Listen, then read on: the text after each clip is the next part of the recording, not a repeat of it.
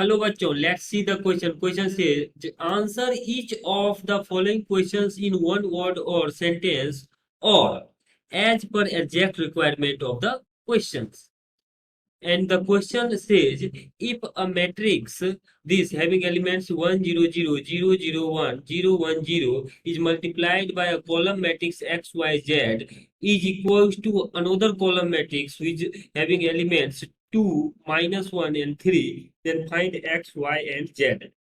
So the key concept for this question is, key concept key concept for this question is, if a column matrix having elements x y z is equals to a column matrix having elements a b and c, that implies value of x equals to a, y equals to b, and the value of c equals to, means the value of z equals to, here value of z equals to, ये आ जाएगा आपके पास सी के equal. तो यहाँ से value of Z आ रहा है सी के इक्वल। ये हमारे पास की कंसेप्ट है। अब यहाँ पर एक मैट्रिक्स गिवन है जिसके एलिमेंट्स है आपके पास, ये मैट्रिक्स है तो उसके एलिमेंट्स है, फर्स्ट रो में 1 0 0, सेकेंड रो में है 0 0 1, और थर्ड रो में है 0 1 0।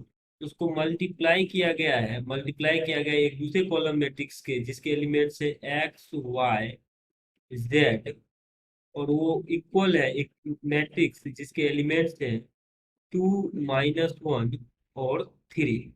अब इसको सिंप्लीफाई करते हैं तो इस मैट्रिक्स को कॉलम मैट्रिक्स से मल्टीप्लाई करने का तरीका ये है कि यहाँ पर अगर ये फर्स्ट रो और फर्स्ट कॉलम लेना है तो इस मैट्रिक्स के फर्स्ट रो को कोरोस्पोंडिंग इसके सेकेंड, मतलब इसके फर्स्ट कॉलम से कोरोस्पोंडिंग एलिमेंट से मल्टीप्लाई करके ऐड करके लिखना होता है। दैट मीन्स की 1 मल्टीप्लाइड बाय एक्स यानी X, plus 0 multiplied by Y तो 0, और प्लस का 0 मल्टीप्लाइड बाय जेड तो ये आ जाएगा 0। सिमिलरली यहाँ पे लिखना होता है सेकेंड रो फर्स्ट कॉलम, तो 0 मल्टीप्लाइड बाय एक्स तो 0, प्लस 0 मल्टीप्लाइड बाय वाई तो 0, plus 1 multiplied by 0 multiplied by Y तो 0, और 1 मल्टीप्लाइड बाय जेड तो ये आ जाएगा आपके पास जेड के इक्वल।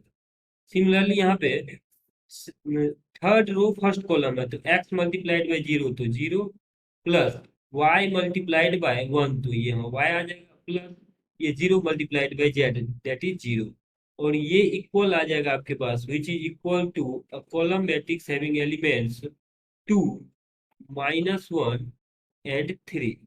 ये आपके पास आ जाएगा ना। यहाँ पर क्वेश्चन में क्या है, इसको अगर हम सिंप्लीफाई करते हैं तो ये एक कॉलम मैट्रिक्स फॉर्म होगा जिसके एलिमेंट्स हैं एक्स जेड और वाई, और ये इक्वल है एक दूसरे कॉलम मैट्रिक्स के जो जिसके एलिमेंट्स है 2 minus 1 and 3।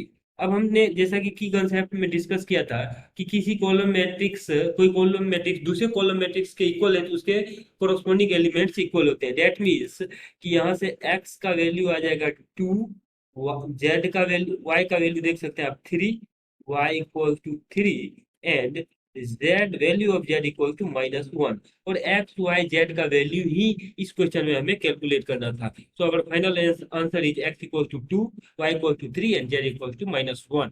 Hope that you understood it well. Best of luck.